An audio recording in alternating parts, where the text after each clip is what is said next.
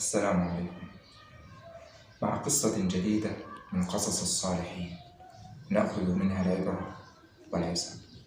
قصة اليوم عن الوزير المشهور، بل عن أعظم وزراء الدولة الإسلامية، بل أعظم وزير عرفته أمة الإسلام بجميع دولها، وهو الإمام الحسن بن علي المعروف بنظام الملك، وزير الدولة السلجوقية العظيم.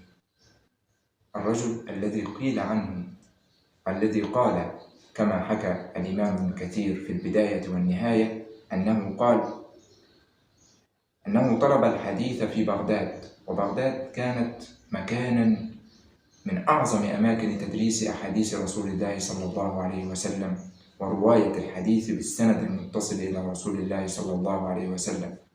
يقول نظام الملك رحمه الله أنه طلب الحديث في بغداد، وقال: إني لأعلم بأني لست أهلا للرواية، يعني لست من العلماء الذين يتحدثون في حديث رسول الله صلى الله عليه وسلم، ولكني أحب أن أربط في قطار نقلة حديث رسول الله صلى الله عليه وسلم، أي أن يقال: قال الحسن بن علي وهو نظام الملك: حدثني شيخي فلان، حدثني فلان فلان فلان فلان، حتى يصل إلى رسول الله صلى الله عليه وسلم.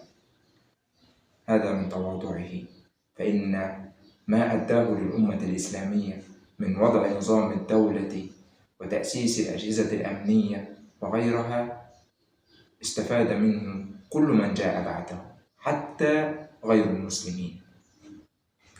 قصة اليوم: قال نظام الملك: بينما أنا أخدم بعض الملوك، جاءني يوما إنسان فقال لي: إلى متى أنت تخدم من تأكله الكلاب غدا؟ اخدم من تنفعك خدمته، ولا تخدم من تأكله الكلاب غدا. فلم أفهم ما يقول. هكذا يقول نظام الملك.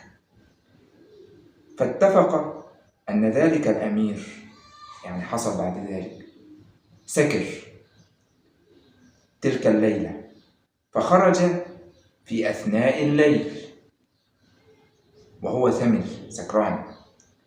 كان هذا الملك أو هذا الأمير له كلاب متوحشة تأكل وتفترس الغرباء، فخرج وهو سكران فلم تعرفه فمزقت، فأصبح وقد أكلته الكلاب. يقول نظام الملك: فأنا أطلب مثل ذلك الشيخ. ما الذي حدث؟ هذه كرامة لهذا الرجل، ربما رؤيا رآها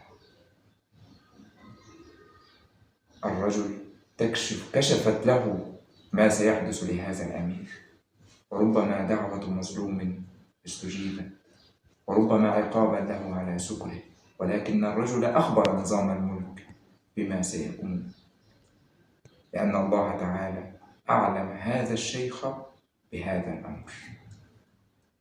أستودعكم الله الذي لا تضيع ودائعه، والسلام عليكم ورحمة الله وبركاته.